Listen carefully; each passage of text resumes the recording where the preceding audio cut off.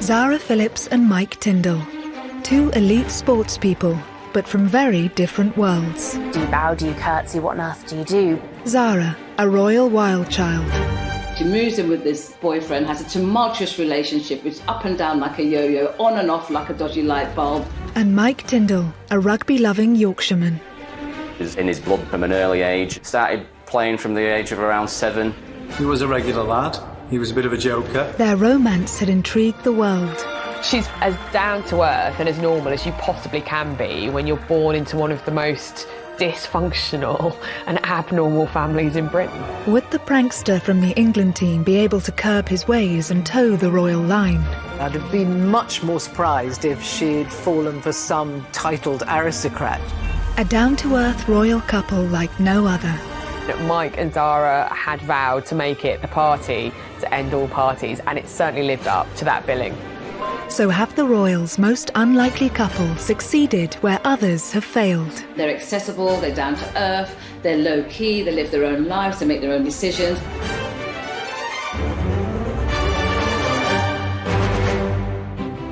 Edinburgh, 30th of July 2011.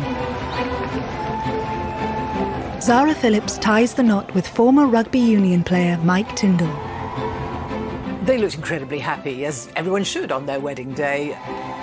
It was a very low-key affair, what you'd call, I guess, a traditional family wedding. Their wedding took place away from the spotlight. It was a far cry, perhaps, from Mike's humble beginnings and Zara's very privileged start in life.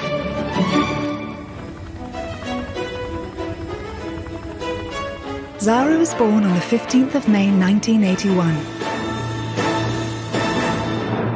Good evening. Princess Anne tonight gave birth to a baby girl, a sister for Peter, who's now 3, and she's the Queen's first granddaughter. But whatever her name, she'll be 6th in line to the throne.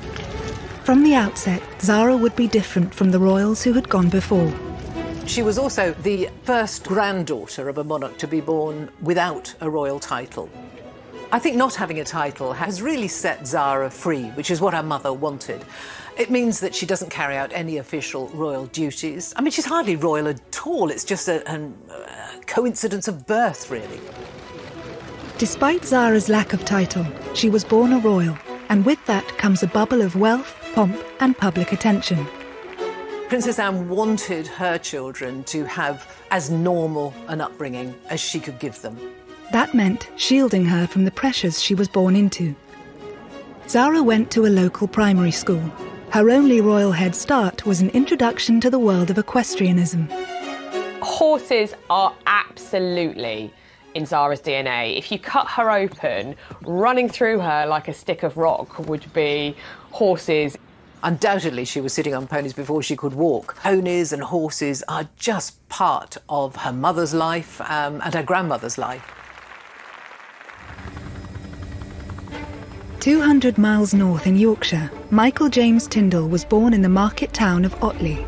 His dad was a banker and his mum, Linda, was a social worker. Look back a little further in his family tree and there are stonemasons, bootmakers, weavers.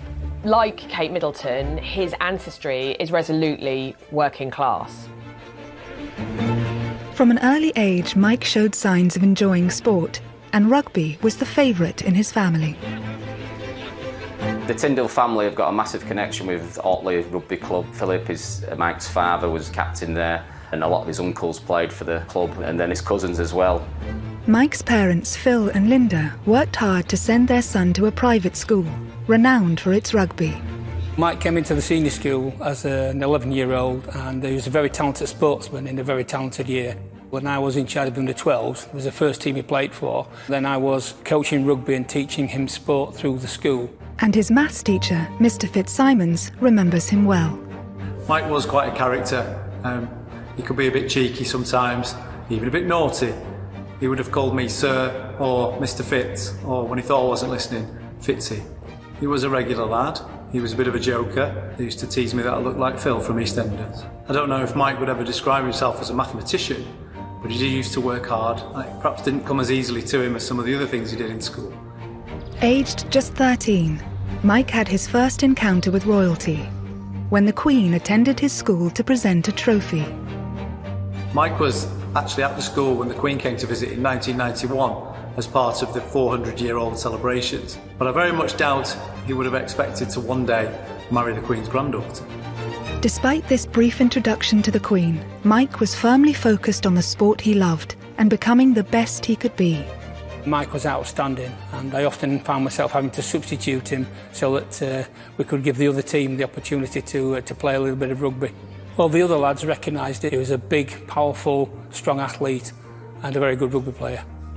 I remember watching our first Twickenham final as a school in 1995, and he came on as a replacement. He was only in year 11 and quite quickly went on this confident run with the ball, and I think that summed him up really. He wasn't fazed by the challenges that faced him, either in the maths classroom or on the rugby pitch. It was becoming clear Mike could go way further with his career and his talent than anyone could have dreamed of. He was snapped up by England schools, rugby, which meant that he was whisked off to Australia for a 7-week tour. I mean, what 18-year-old wouldn't grab that chance? And he did with both hands. I mean, he excelled. When Mike was leaving school in 1997, rugby was just turning professional, and he had the offer of a professional contract at Bath. He also had a place at university, and he really wasn't sure what to do. I think I remember saying to him, well, what have you got to lose? You know, go and give it a go. You can always go to uni next year. While Mike was making waves on the rugby field, there were rumours of an emerging talent in the equestrian world. Looking after horses is hard work, and Zara's experience gained at an early age had begun to pay off. In Pony Club, you don't just get to get on your horse, your pony, and enjoy the spoils of competitive glory. You have to be able to prove at every stage that you can do all of the work that's involved. You can't just have the glory of riding. So I think it really instilled a work ethic in Zara, which she maintains to this day. And I think that's what she got from her early life, and probably very good for her. But it was only at Burghley Horse Trials that people started to take her seriously. The Burghley Horse Trials is a very big event in the equestrian world, and she came second in that in 2003. That was a big achievement. I think that was the moment where people really sat up and went, no, this girl is serious. There are very, very, very good professional riders in this sport who will spend their entire career looking for a second place at Burghley, and she managed it. But Zara was struggling to keep her public and private lives separate. Royal rebel Zara Phillips is in trouble again after brawling with her boyfriend in public. Facing criticism for her wild child antics, Zara flew to Australia. The trip would transform her life. For most people, when they go on their gap year, they never think they're going to meet their future husband or wife. But for Zara Phillips, that stop off in Australia in 2003 changed her life forever.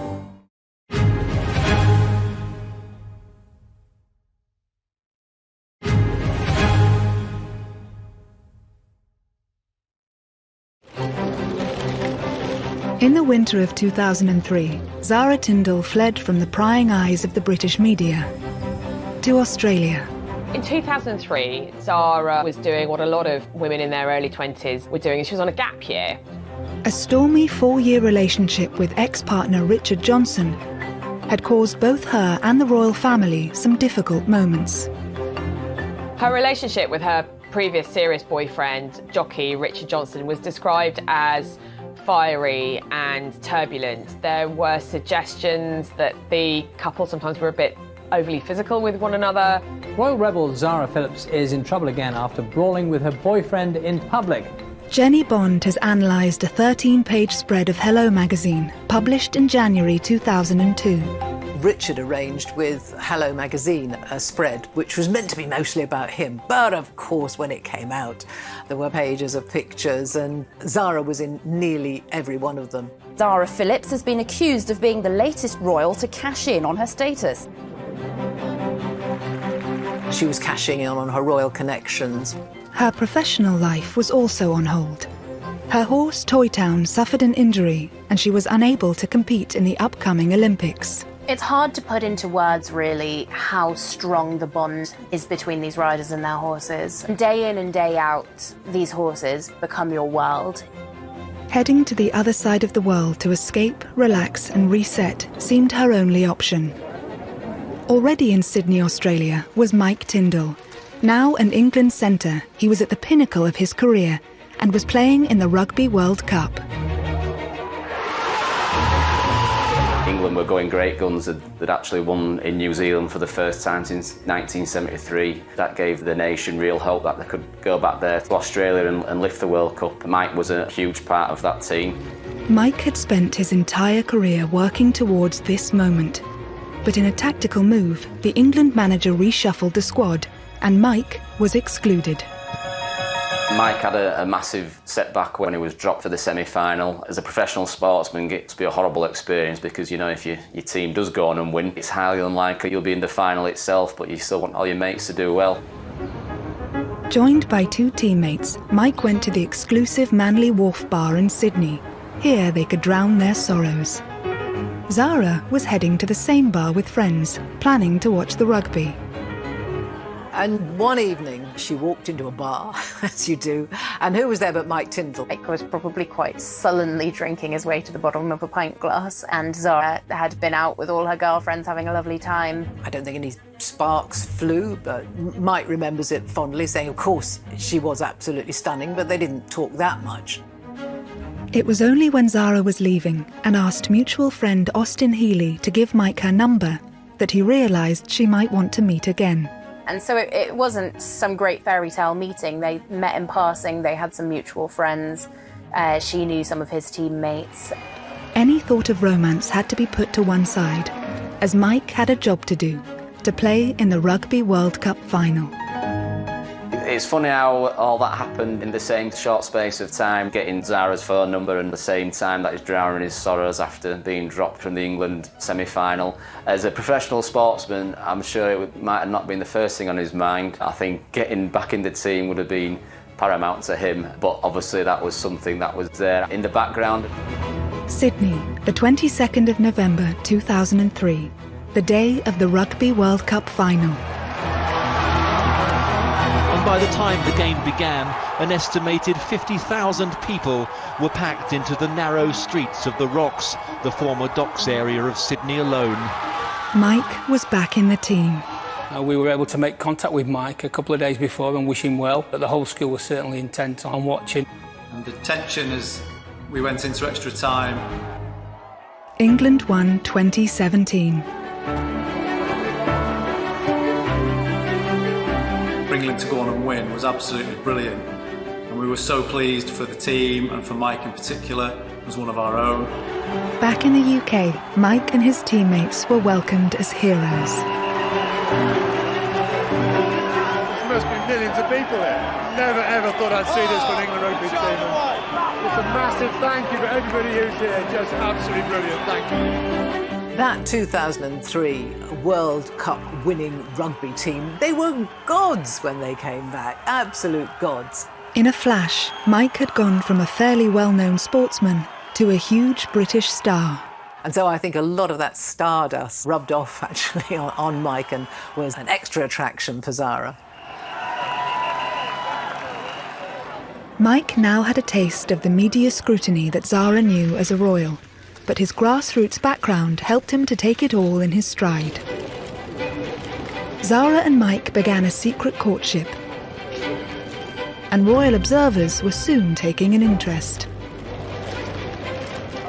They're fiery people, and they often have a great sense of humour. They're kind of people who work hard and play hard, and I think that's what Mike and Zara had from the offset. I think they had fire in their bellies and fun in their hearts. There were rumours that Zara was keen for Mike to share her love of horses. She even persuaded him to get in the saddle. You'd need a fairly robust sort of horse, I think, to carry any sort of world-class rugby player, but certainly in the very beginning of their relationship, I think Mike did take to the saddle a few times. And what I gather, Zara found him quite unteachable because he only wanted to gallop. So his riding career, I don't think, lasted particularly long. The pair soon became inseparable. Never been surprised, actually, that Mike Tyndall and Zara got together. I mean, he is a down-to-earth rugby Yorkshire lad, and I think that's exactly what Zara liked about him. What did he like about Zara? I mean, what is not to like about Zara? She's got a dirty sense of humour, she's incredibly good looking, she's game for a laugh, she'd probably drink him under the table. And I think Mike Tindall was the kind of guy who absolutely loves all those qualities in a girl. The press were at every event, keen to capture a moment that confirmed Zara and Mike were an item. And it wasn't long before their first public kiss was caught on camera. Pictures of them quite often, obviously enjoying one another's company, in love, and I suppose breaking royal protocol, if you like. They were kissing and cuddling. I think Zara's a very tactile person. With the pair settling into their romance, the biggest test for Mike would be meeting her family and winning the royal seal of approval. The royal family are historically enormously sporty people. They would have taken a huge interest in what he does for a living. I can't imagine that took the pressure off him for a moment.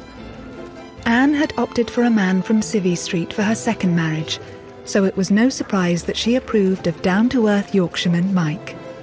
Next up was meeting the Queen. Do you bow, do you curtsy, what on earth do you do? But I think he was probably very well prepared, and I expect he probably found it perhaps easier than he expected to. Mike was always a very laid-back character. Whilst obviously very intense with his sport, he took things in his stride, and I think that's probably helped. I remember a conversation with Mike's mum and dad here in school. Mike was going out with Zara, and they'd actually recently met Princess Anne, and despite not knowing what to expect, they described her as being very down-to-earth and made them feel very at ease, which was lovely. Mike was soon approved by the sport-loving royal firm. If the royals are a horsey family first, it's fair to say they're a rugby family second. They're all very keen rugby supporters. Zara is a very keen rugby supporter. Anne has been a patron and supporter of rugby. As the romance blossomed, commentators saw a change in Zara. Pre-2003, Zara had been kind of gossip magazine fodder, really. She was in and out of tabloid newspapers. So when she started going out clubbing in London, she's very good looking, very blonde. She commanded a lot of attention. Photographers wanted to take her pictures. She didn't really give two hoots about the press. She'd often kind of stick her figures up, or she'd be seen, you know, with a fag or a drink. She just didn't care. And so, of course, her reputation was that she was a really good time girl, and she didn't really care who knew it. She was dubbed at one point the Royal Rebel because it was at Prince Charles's 50th birthday party, I think, that the press spotted that Zara had had her tongue pierced. And so, shock horror, it was all over the newspapers. I don't think her mother minded. By all accounts, her mother just said, well, I hope you can still eat, that's all. She just let her get on with it. Mike's work ethic seemed to be rubbing off on Zara as she headed back into her professional career. I think Mike helped get Zara back from that disappointment of not being able to compete in the Olympics. He supported her very much in training hard and setting new goals for her. They were a great team right from the offset. It soon brought results. Zara's confidence is clear from this footage, and she won the FEI World Equestrian Games in Aachen. Before their relationship started, Zara was already very much a successful athlete in her own right. She had a training system that she'd been crafting through the years. It can be an extraordinary partnership to have two high-performing athletes come together. That was demonstrated perfectly at the Sports Personality of the Year. The BBC Sports Personality of the Year for 2006 is Zara Phillips. Where Mike's pride for Zara was clear, in the midst of leading figures from the sporting world. I don't know if many boyfriends could be convinced to be at every single event every weekend, but certainly Mike's been able to support Zara through the competitions where the pressure's on, and it really matters. By the time Mike's major games came along in the peak of his career, Zara's horses were turned out in a field for the winter and enjoying their holidays. Mike was now very much part of the royal family. Mike and Zara just seem solid. I think there is obviously a huge amount of love in their relationship. If you watch their body language, they're always smiling, they're very tactile, they're very warm, they seem comfortable in their own skin and they seem comfortable together. Zara's next big goal was to compete in the 2008 Olympics with her horse Toy Town. How big a deal is the Olympics? Is it the absolute ultimate for you? Toy Town going to cope? Is he well at the moment actually and fit? Because obviously he was injured for Athens, wasn't he? So. Yeah, he's fine at the moment, and he's going the right way. Put it that way. Olympics business aside, the world awaited an important announcement. There have been these little rumours about a secret engagement. I'm not seeing a ring, so is there any truth in any of that? I wish you guys would get a new question. Come on, it's been in the papers, you're planning a secret... Well, it must be true then. So are you denying it completely then? No secret, I'm not no wedding I'm not engaged, everyone, okay, I'm not engaged. It would take Mike another 2 years to make his move. We were together for 7 years, actually, living together, before he finally popped the question. Quite a laid-back fashion, I think. It was just before Christmas. They were sitting on the sofa watching a film. For all that Zara likes to be ordinary, she's never going to get away from the fact that her granny is the queen and her mum is a princess and her uncle is going to be the next king. So there are hoops that have to be gone through and formalities that have to take place. And permission had to be given for them to marry because of Zara's position in the royal family. Obviously that was forthcoming. And it seems that Mike slotted in very well. December 21st, 2010. Just a month after Prince William announced his engagement to long-term partner Kate Middleton, Zara and Mike broke their news. They planned a low-key and private wedding. I think in a way it was a masterstroke deciding to have the wedding up in Edinburgh at Canongate Kirk because it's such a small building. They were able to fly under the radar just a little bit. Both Zara and Mike are just incredibly normal people, I think. It can't really be said enough how easy it is to forget who they are because they fit into both of their worlds and one another's worlds so incredibly easily. They both get on with what they're doing, they both work hard. The couple were keen to keep their married life as down-to-earth as their courtship. So would it be wedded bliss for the party-loving pair? It was much more a rugby piss-up than a sedate royal wedding. Pictures emerged of him with his arms wrapped around a girl. He splashed over some papers.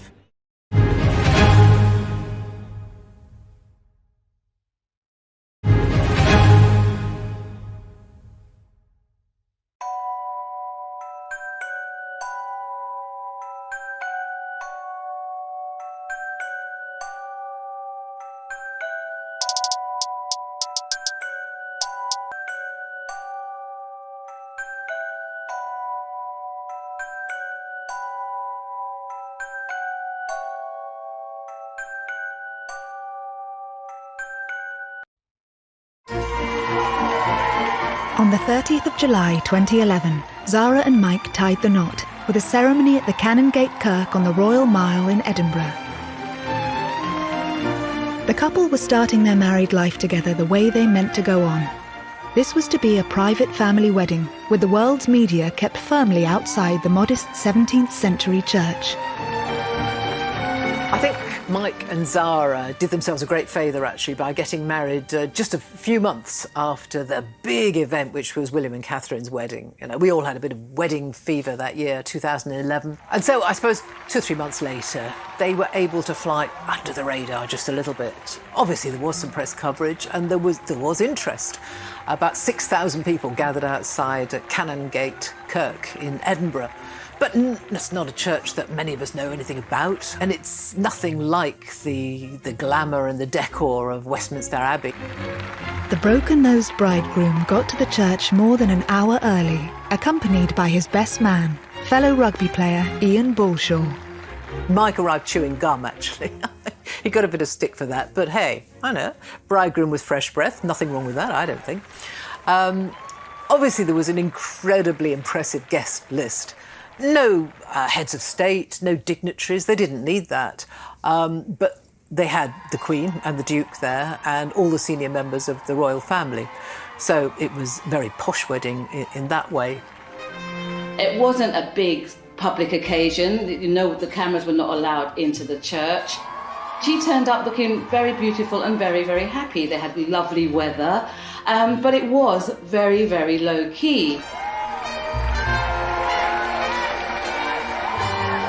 Her wedding dress, yes, was beautiful and glamorous, but it wasn't ostentatious and it wasn't showy, I don't think. I think it was just, it's a special day and it requires a special dress. So I think it was beautiful and it was her. On the day, I think both Zara and Mike Tyndall looked at their peak of happiness, which you would expect on your wedding day. But I think the reality with them is that they are a couple very much in love. I think she's met her soulmate in him. After the ceremony, the Queen and Duke of Edinburgh stayed at the reception just long enough for a glass of bubbly before returning to Balmoral by helicopter. As the evening progressed, the proceedings became more informal, aided by free-flowing vodka, a throwback to the newlyweds' wilder times. So Mike and Zara's reception at Holyrood House, which is the royal residence in Edinburgh, very prim and proper, was a raucous affair. I think definitely it was the first time a vodka fountain had ever been seen in a royal palace, and it definitely caused some consternation with the men in grey suits. Everyone got absolutely annihilated. Certainly, people who left the reception in the early hours from the Palace of Holyrood were very worse for wear. Some of them couldn't walk properly. I mean, it was very obvious that a good time had been had by all. The booze was free-flowing, and Mike and Zara had vowed to make it the party to end all parties, and it certainly lived up to that billing. But these wild festivities could have been the prelude to the shortest royal marriage ever.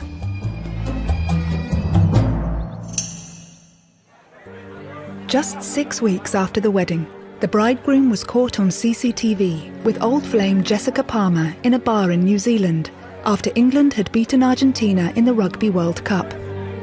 The footage was posted on the internet, and the story was picked up by newspapers in New Zealand and back home in Britain.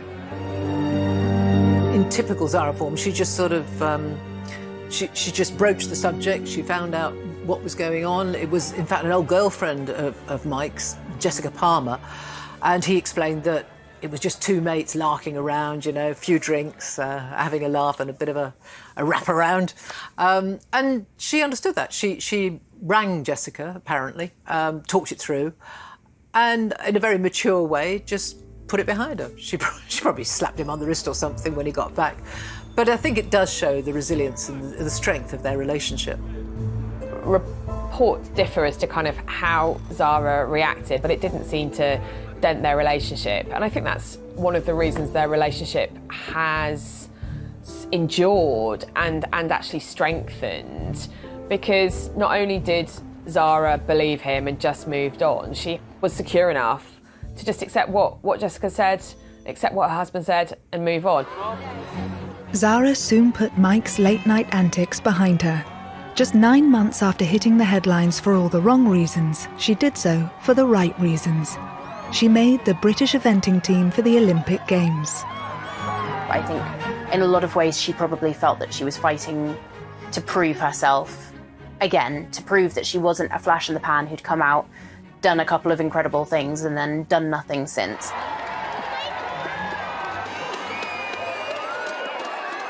Zara's greatest success to date, and she may well go on to have other great successes, was in the 2012 home Olympics, the London Olympics. She'd been heartbroken to miss both the previous Olympics because of injuries to her horse, but this time she was fit and so was her horse. And they did very well. She stayed in the village, she enjoyed the whole Olympic experience. And a very exciting time for you, this. Yeah, I'm very happy to be part of it, and, you know, hope we can, all five of us can do an awesome job.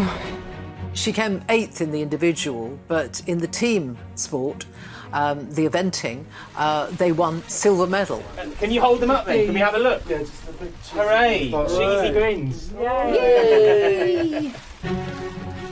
Zara's success in the saddle mirrored Mike's achievements on the rugby field.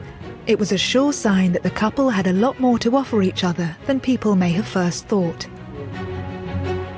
Mike Tyndall was a rugby player at the top of his game, and having somebody there to inspire you, to push you, to support you, to nurture you, that you can bounce ideas from, that can stimulate you, that can make sure that you get up for training, that must have been an advantage in their relationship for both of them. Mike knew what it took to win, and I think that really helped Zara. I think it really actually helped her believe in herself as much as anything, because she's a very talented sportswoman, but obviously you have to be able to believe in your head that you can do it to actually then be able to go and achieve it. Zara's mum, Princess Anne, had played a major role in bringing the Olympic Games to London. Of course, she was a famous horsewoman herself and had missed out at the Olympic Games in Montreal. So I think she would have been slightly bittersweet, obviously, that she hadn't managed to win an Olympic medal. But knowing Princess Anne, I think that she would have been, if she'd have had to choose between having an Olympic medal herself or her daughter winning one, she definitely would have wanted her daughter to win one. And of course, she watched her win it, and she was absolutely delighted. And who pops up to give you your silver medal but your mum? And so that was a nice family moment. Tell me how that... Yeah, it was awesome. Obviously, she's part of the IOC, so... You were expecting it. It wasn't a huge surprise. I thought they might do it. Yeah. So, no, it was cool. It was really, you know, to get a medal anyway is amazing. Of course, it was very special for Zara to have her silver medal put round her neck by her own mum, who shook everyone else's hand, but with Zara, Anne, who is not demonstrative at all, leant forward and gave her daughter a kiss on both cheeks. I mean, a magic moment, both for mother and daughter. It's rare for Princess Anne to sort of show emotion publicly, but you could really see on her face just absolutely how proud and delighted she was. Zara's sporting achievement marked a change in the royal, who had shown her potential in her own right and had made people take her seriously. Now the Tyndalls were a force to be reckoned with. They demonstrated how modern royals could function both as individuals and as a couple. Zara and Mike Tyndall are a good example of a modern royal couple. I mean, they're accessible, they're low-key, they live their own lives, they make their own decisions. They're not part of the royal family in that we don't pay for them, so I guess the press and the public have less expectations of them. They can do what they want and we let them get on with it. The thing about Mike and Zara is that they're very practical, very accessible, very tactile. They are the most normal and delightful couple. So I suppose that gives you a more human face of royalty, if you like.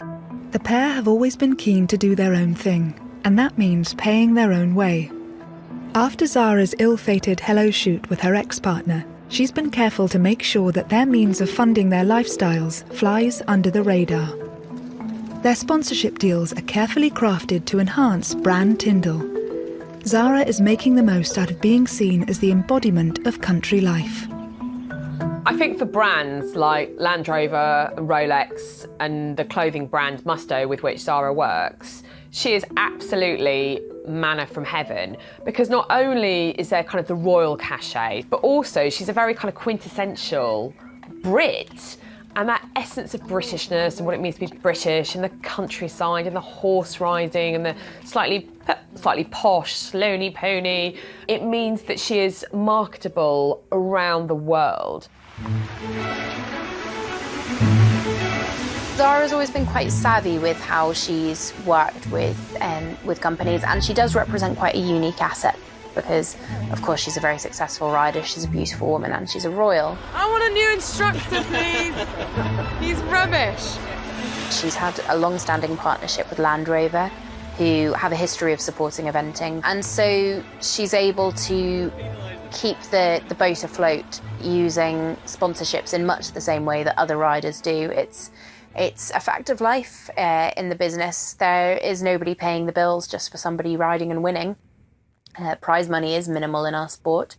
And so being creative with business partnerships is what pays the bills at the end of the day. As part of her deal with Land Rover, Zara featured in an advert wearing a mud-splattered white evening gown and stilettos. She just looked like a supermodel. She was, perfect endorsement. She looked glamorous, she looked aspirational, you can see why she would appeal to so many brands. I thought that was a very clever advert because it sums up her appeal. She's not precious, she doesn't stand on ceremony, even when dressed in a ball gown, she doesn't care if she gets it dirty, it's fine, that's what dry cleaners are for. She's as normal as you possibly can be when you're born into one of the most dysfunctional and abnormal families in Britain.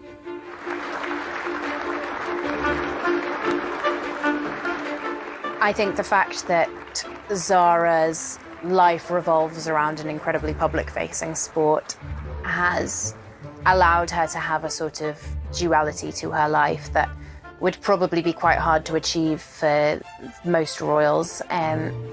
She's, I would say, a career woman first and a royal second.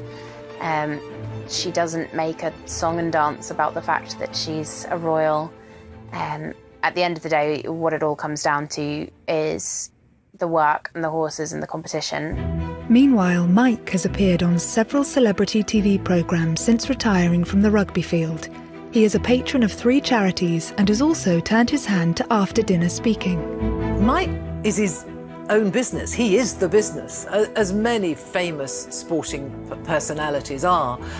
He can earn a lot of money on the after-dinner circuit. Obviously not during the year we've had with lockdown, but that's a very lucrative source of income for him. He also has endorsements and sponsorships. He can be a brand ambassador. So he uses his name and his success as a rugby player. For the Tyndalls, family is everything. They've carved out a role for themselves as confidants and friends. Mike has used his status to support the issues that affect his family, like Parkinson's disease. Spoke to him a couple of years ago for a piece on his. He was doing a charity cycle event across the south of France in aid of Parkinson's Trust. Obviously, his father's suffering from Parkinson's, and things like that. He was always wanting to help others. And likewise for Zara, she's made sure that she's there for her cousins, who are constantly in the media spotlight.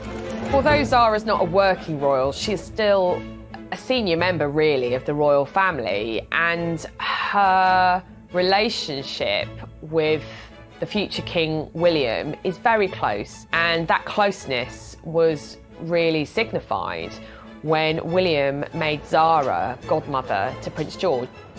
It's a very close relationship. I mean, they're very close in age. They've got an awful lot in common. They've got the same granny. So she's very close to her cousins. Despite the pivotal role they play within their families, some of their own decisions have been called into question. Princess Zara would not have been allowed to sell pictures of her firstborn to Hello magazine. And they've been accused of making money out of their royal name.